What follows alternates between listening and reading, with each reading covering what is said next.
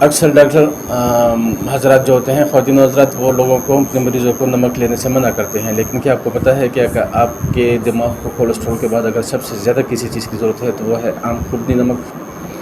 بالکل ٹھیک۔ میرا نام ہے ڈاکٹر کیسر احمد۔ ہمارا دماغ، انسانی دماغ سوڈیم چینلز پر چلتا ہے۔ یہ چینل چھوٹے چھوٹے پھٹک نما، گیٹس نما ہوتے ہیں، اور یہ ہمارے دماغ میں الیکٹرک سگنلز کو کنٹرول کرتے رہتے ہیں، ساتھ ہی ہمارے نروس سسٹم کو بھی۔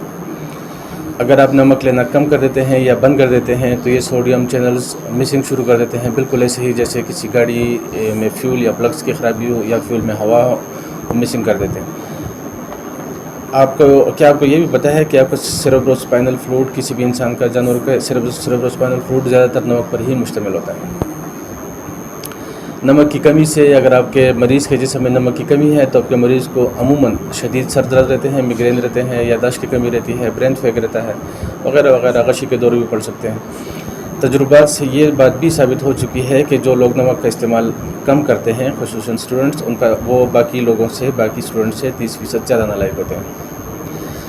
ہمارے دماغ کو روزانہ بنیادی ضرورت کے لیے صرف 500 ملی گرام نمک کی ضرورت ہوتی ہے، لیکن بنیادی ضروریات کے لیے اگر آپ دماغ سے زیادہ کم لیتے ہیں تو آپ کو تھوڑا نمک کا استعمال زیادہ رکھنا چاہیے۔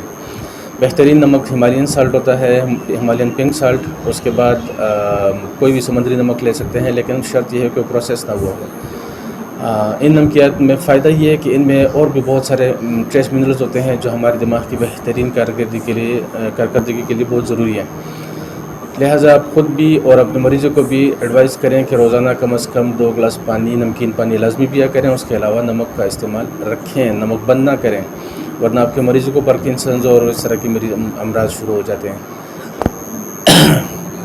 اب خود بھی اور اپنے مریضوں کو صحت مند دیکھنے کے لیے سبسکرائب کریں۔ Thank you.